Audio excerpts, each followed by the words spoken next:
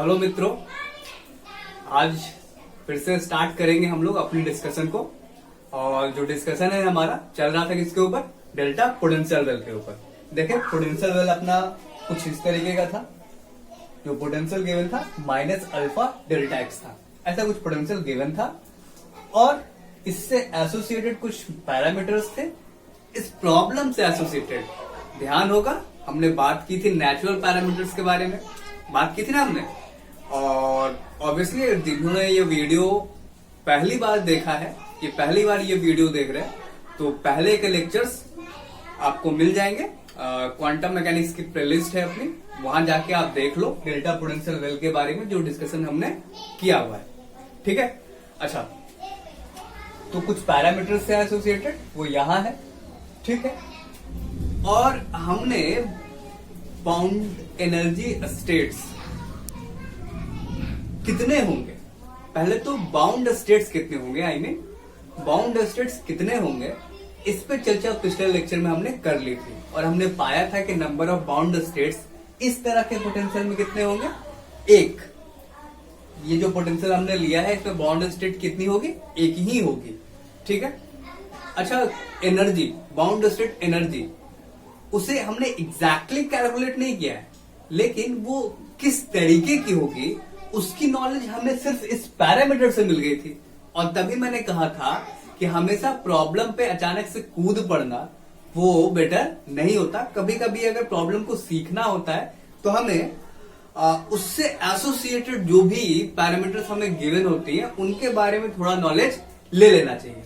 ठीक है, तो वैसे ही हमने बाउंड स्टेट एनर्जी कैसी होगी इसके बारे में चर्चा की थी।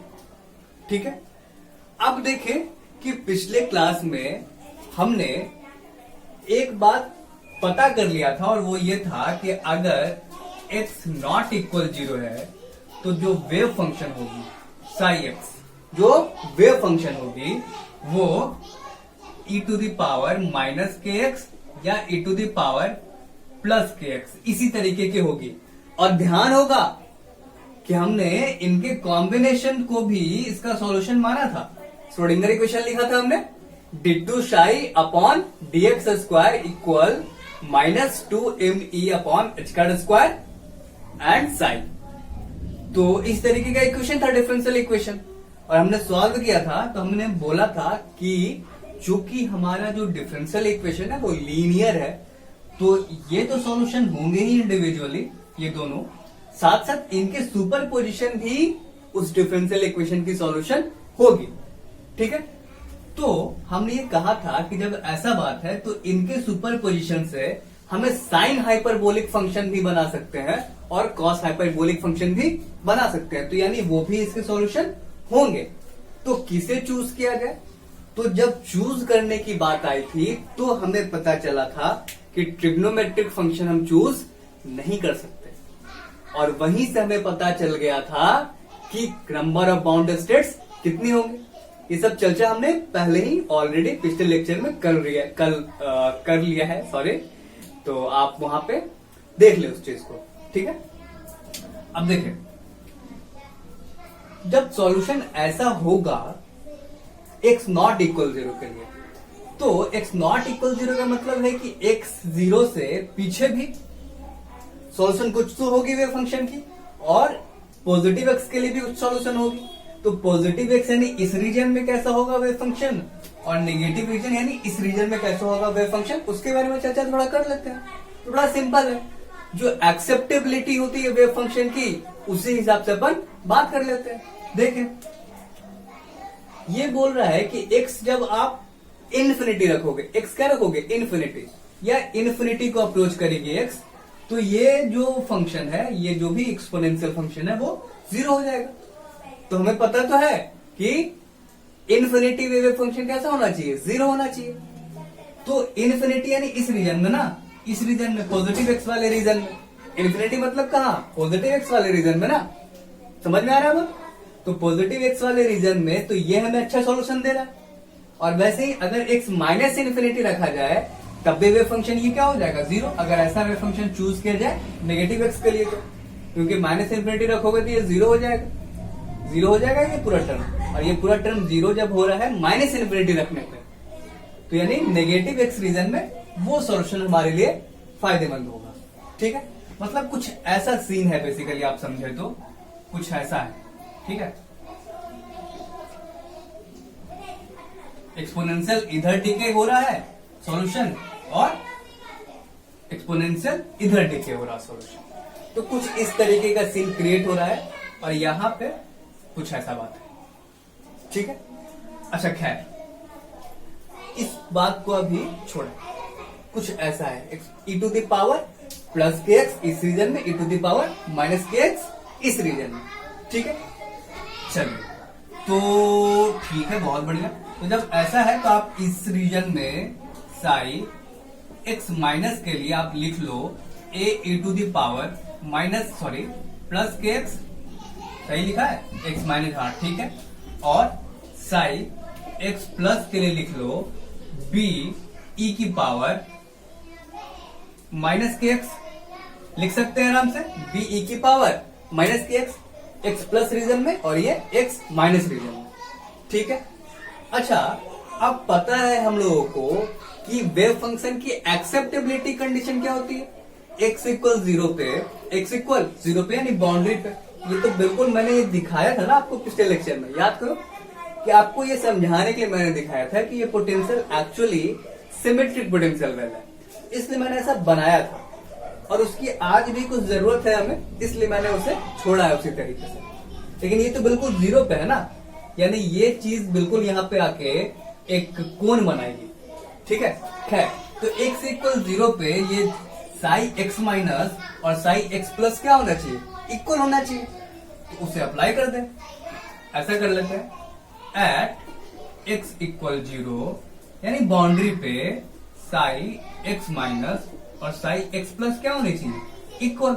कंटिन्यूटी है ना, वेव फंक्शन क्या होने चाहिए, कंटिन्यूअस होने चाहिए, तो उसी का यूज किया है, wave function should be continuous at the boundary, उसी का यूज किया जा रहा है।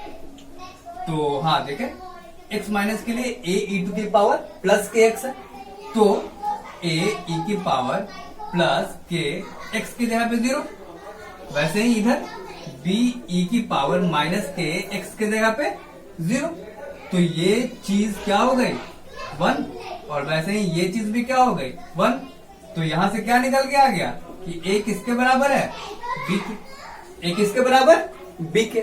समझ में आया बात, ए बी के बराबर आ गया है। तो इसे आप ध्यान रखिए कि ए कुछ नहीं है, बी के बराबर ही है। तो जब ए और बी बराबर ही है, तो क्या एक्स नॉट इक्वल जीरो के लिए जो वेव फंक्शन है उसे कुछ ऐसा लिख दूं क्या मैं, देखना आप ध्यान से, इसे नोट करते रहना, नोट करते रहना।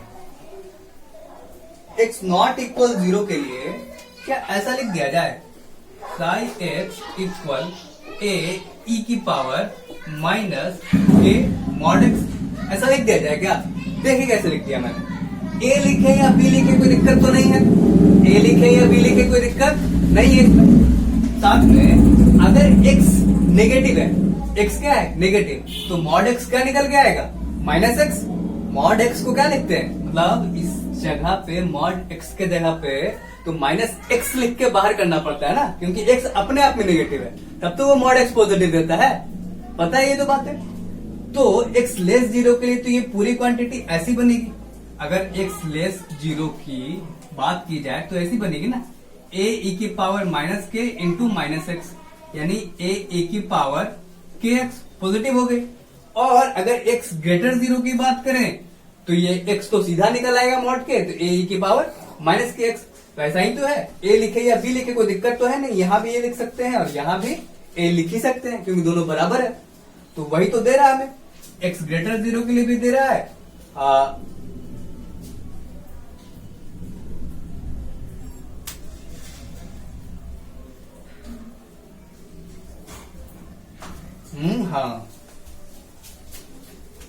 ये किसके लिए था यार, हाँ ये तो एक्स लेस जीरो के लिए है ना, ये एक्स लेस जीरो के लिए सॉरी, और ये दे रहा है अपना किसके लिए, यहां से आ जाएगा जब एक्स आप ग्रेटर जीरो रखोगे तो सीधा निकल जाएगा ना बाहर पॉजिटिव होके, यानी ए ई की पावर माइनस के एक्स, तो ये किसके लिए है, एक्स ग्रेटर 0 के लिए और ये है x लेस 0 के लिए। मैच कर रहा है, देखो आप मैच तो कर ही रहा है, ठीक है, तो सही है। तो आप इन दोनों को एक साथ इस तरीके से लिख सकते हो, फॉर x नॉट इक्वल 0 के लिए। क्लियर है बात? अच्छा, अब देखिए जरा आगे, ये x नॉट इक्वल 0 की बात हो गई है, लेकिन अगर x 0 की बात करें, x इक्वल 0 की बात, तो अब होगा यूज डेल्टा पोटेंशियल का। चलिए आते हैं जल्दी से, एकदम इसे नोट करते रहे साथ में, देखिए ध्यान दे, साथ में नोट करते रहे। चलिए देखें, तो डेल्टा पोटेंशियल का यूज करना है, x इक्वल 0 की बात कर रहे हैं, तो उसे मैंने ऐसा बना लिया है। अपसलाइन को अगर लगभग 0 बोल दिया जाए, अपसलाइन क्या है, टेंड्स टू 0।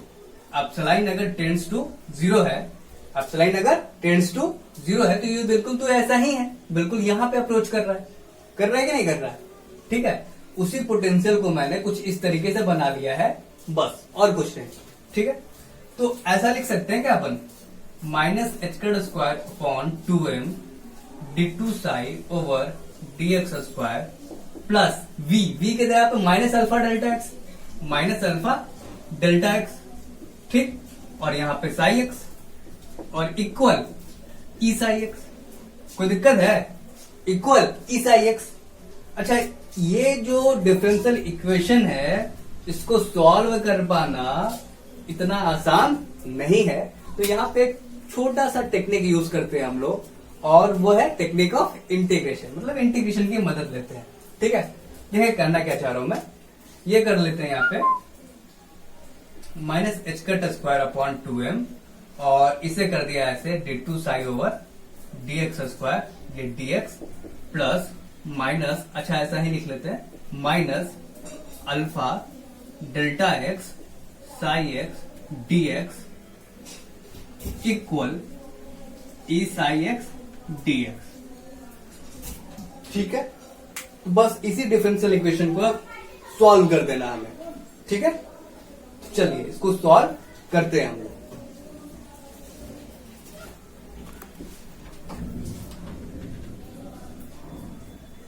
तो इसी डिफरेंशियल इक्वेशन को क्या करना है, सॉल्व कर देना है हमें। देखें, अब इस डिफरेंशियल इक्वेशन को अगर सॉल्व करना है, तो देखिए बड़ा सिंपल इस तरीके से कर सकते हैं। पहले इसे नोट तो कर ही लिया होगा। अच्छा चलिए यहां पे लिखता हूं मैं, इस पोटेंशियल को चलो इरेज कर लेता हूं मैं, ठीक है, पोटेंशियल की फिगर को, ठीक है।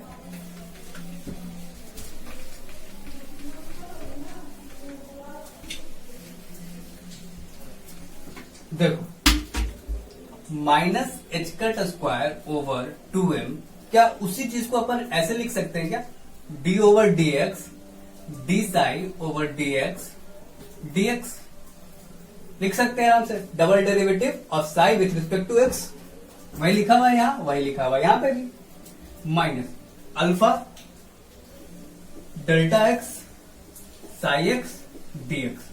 अल्फा कांस्टेंट है, उसको बाहर निकाल लेते हैं। अच्छा, ये इंटीग्रेशन कहां से कहां हो रहा है, माइनस अपसलाइन से अपसलाइन के बीच में, देखा था पोटेंशियल हमने बना लिया था माइनस अपसलाइन से अपसलाइन, ठीक है, एक्स इक्वल 0 के बजाय, ठीक है, क्योंकि अपसलाइन टेंड्स टू 0 है, तो ऐसा कर सकते हैं, कोई दिक्कत वाली बात नहीं है, क्योंकि 0 पे ही काम हो रहा है, कोई दूसरे जगह पे काम नहीं हो रहा है, ठीक है। अच्छा, इक्वल ई कांस्टेंट है, बाहर निकाल लिया, psi x d x, minus epsilon से अपसलाइन। अब देखिए ये टर्म जो है वो 0 हो जाएगा। कैसे 0 हो जाएगा, क्योंकि देखिए आप काम कहां कर रहे हो, 0 पे, आप काम कहां कर रहे हो, 0 पे, तो 0 पे या किसी पॉइंट पे वेव फंक्शन तो फाइनाइट ही होती है ना, तो वेव फंक्शन तो फाइनाइट होगी, यानी ये कोई फाइनाइट वैल्यू है, और dx की इंटीग्रेशन क्या होगी, x, तो x जब इंटीग्रेशन आ जाएगा इसका, तो आप पुट करोगे ये लिमिट्स, तो लिमिट पुट करने के बाद जो भी वैल्यू आ जाए, एक्चुअली 2 अपसलाइन आएगी, क्योंकि पहले अपर लिमिट पुट करोगे अपसलाइन, फिर लोअर लिमिट माइनस अपसलाइन, 2 अपसलाइन आएगी, लेकिन अपसलाइन तो 0 है ना, तो लिमिट जब आप पुट कर दोगे तो वो क्या आ जाएगा, 0। बेसिकली ये ऐसा है, e और ये साई एक्स और ये dx, ठीक है, तो dx का जो इंटीग्रेशन आप करोगे वो x आएगा, dx का जो इंटीग्रेशन करोगे आप क्या आएगा, वो x आएगा। ये तो कुछ फाइनाइट नंबर है, तो उसको बाहर निकाल लोगे आप, इसको साई 0 बोल दो, ठीक है, साई 0, क्योंकि 0 की बात हो रही है, तो x आ जाएगा। और यहां पुट करोगे माइनस एप्सिलॉन से एप्सिलॉन, ये 2 एप्सिलॉन दे देगा। और 2 एप्सिलॉन में जब एप्सिलॉन तो 0 है अपना, तो ये पूरी चीज क्या हो जाएगी, 0 के बराबर। ये पूरी चीज किसके बराबर हो जाएगी, 0 के। तो इसलिए उसे मैं कह देता हूं कि ये 0 ही है। क्या समझ में आ गया होगा बात कि 0 कैसे हुआ, ठीक है। अच्छा, तो वो तो 0 हो जाएगा। अब देखें, ये डबल डेरिवेटिव है और उसका इंटीग्रेशन कर रहे हो, तो जब आपको पता है कि सिंगल डेरिवेटिव का इंटीग्रेशन करते हो तो सिर्फ वो फंक्शन मिलता है, और डबल डेरिवेटिव का करोगे तो सिंगल डेरिवेटिव हो जाएगा, क्योंकि उस इंटीग्रेशन क्या है, डिफरेंशिएशन का रेसिप्रोकल, उल्टा मानते हो ना, रिवर्स प्रोसेस है। तो ठीक है, माइनस एच का स्क्वायर ओवर 2m, तो ये बच जाएगा D psi over d x. कहां से कहां, माइनस एप्सिलॉन से epsilon, minus alpha delta x psi x. अब देखे, ये जो वेव फंक्शन है डेल्टा एक्स साई एक्स, ये सरवाइव कहां करेगा, सिर्फ x इक्वल 0 पर सरवाइव करेगा। आपको मैंने बताया था एक इक्वेशन, याद होगा, f x into delta x minus infinity to infinity equal f zero. क्योंकि ये डेल्टा फंक्शन जो है वो सिर्फ और सिर्फ कहां पे सिग्निफिकेंट है, 0 पे। उसके अलावा तो सारा जगह 0 है, उसके अलावा तो सारा जगह क्या है, 0। जब उसके अलावा सारा जगह 0 है, सिर्फ 0 पे वो उसकी इंटीग्रेशन की वैल्यू क्या हो जाती है, 1।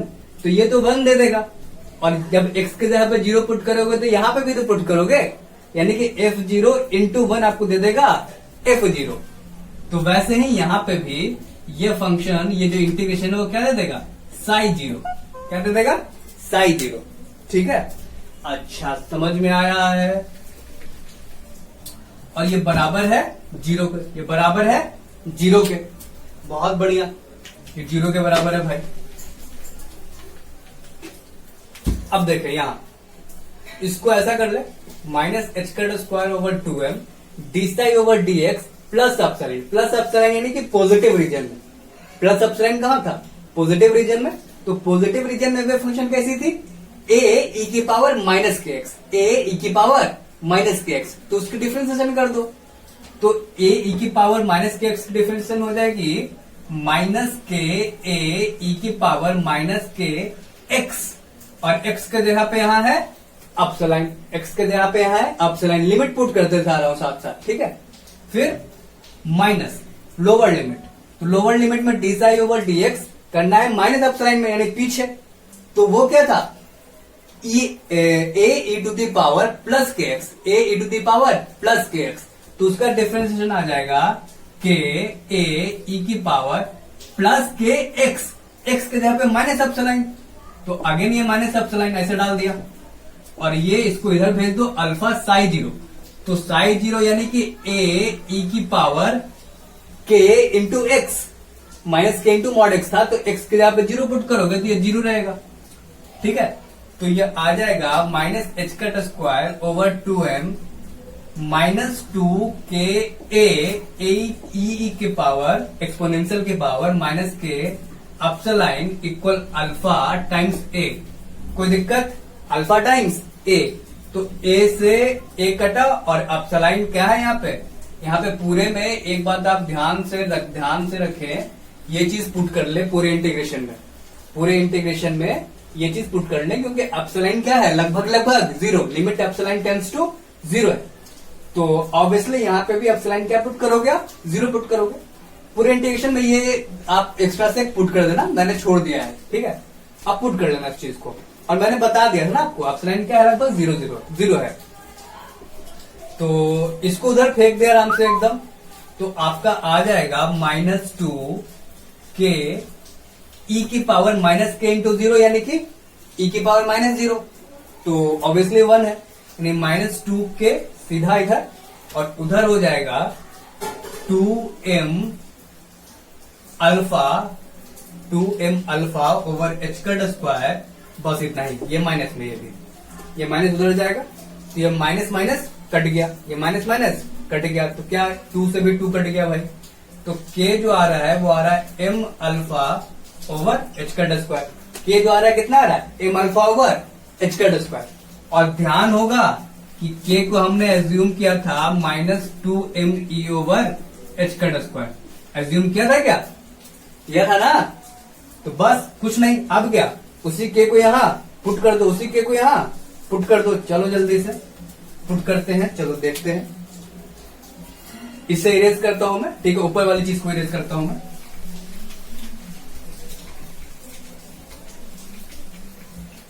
हाँ, तो के के जगह पे पुट किया -2me/h² इक्वल m∝/h² की स्क्वायर, बस स्क्वायर कर दिया बोथ साइड। अच्छा चलो ऐसा कर लो, k² इक्वल m∝/h² का स्क्वायर, तो वो स्क्वायर हटेगा तो आ जाएगा -2me/h² equal m²α²/h²। Sorry, h² का पावर 4, तो इससे एक कटेगा, स्क्वायर बचेगा सिर्फ, m ने m को मारा, ठीक। तो e की वैल्यू क्या आ जाएगी, देखो जरा, e की वैल्यू आ रही है m∝²/2, यहां से जाएगा तो पहले तो h² ऐसे रहने दो, और माइनस भी जाएगा तो -½ ठीक है। तो आप ध्यान से देखें, तो आप इस इक्वेशन को अब ध्यान से देखें, ये बाउंड स्टेट एनर्जी है ना, bound state energy eigen value. तो यही याद होगा कि हमने एक्सप्रेशन निकाला था कि ऐसी ही एनर्जी होगी, निकाला था क्या? बस एक नंबर से हो सकता है मल्टीप्लाई हो, अगर बाउंड स्टेट एनर्जी एग्जिस्ट कर रही होगी, अगर पार्टिकल बाउंड स्टेट में एग्जिस्ट कर रहा होगा तो, ठीक है। तो आपने देखा कि यही आया है, बस एक नंबर मल्टीप्लाइड है, दैट इज -½ माइनस तो उसी इक्वेशन में भी था क्योंकि बाउंड स्टेट था एनर्जी, ठीक है। अब कुछ नहीं, वेव फंक्शन अगर चाहिए आपको, क्या चाहिए? Wave function. तो वेव फंक्शन तो ऐसा है ना, a⁻k mod x, यही तो है। तो आपको k पता ही है, आपको k पता ही है, k क्या है? m∝/h², m∝/h² पुट कर दो, m∝/h² पुट कर दो और नॉर्मलाइज कर दो फिर, ψ*x इक्वल 1 -∞ to ∞। तो यहां से a निकल के आ जाएगा, आपको कुछ आ जाएगा एक निकल के यहां से, ठीक है। और k के जगह पे बस m∝/h² पुट कर देना है। तो चलो मैं लिख देता हूं, a आपका निकालने का ड्यूटी होगा, और कमेंट में मुझे बताना कि आपने a को निकाला या नहीं निकाला। अगर प्रॉब्लम होगी तो नेक्स्ट वीडियो में हम लोग इस a की वैल्यू को निकलवा के देंगे, ठीक है। मेरे ख्याल से निकल जाएगा, नॉर्मलाइज करना है बस, a आ जाएगा। मैं लिख दे रहा हूं, a जो भी वैल्यू है यहां पुट करना, e की पावर -k, सॉरी k के जगह आप ये पुट कर देते हैं अपन m∝/h², ठीक है, और यहां पे mod x, ठीक है। a का वैल्यू जो भी आएगा पुट कर लेना, ठीक है। चलो थैंक यू, नेक्स्ट लेक्चर में मिलते हैं। और नेक्स्ट लेक्चर में मैंने ऐसा प्लान किया है कि एंगुलर मोमेंटम्स, स्फेरिकल हार्मोनिक्स, इनके ऊपर चर्चा करेंगे अपन, ठीक है। चलिए, थैंक यू।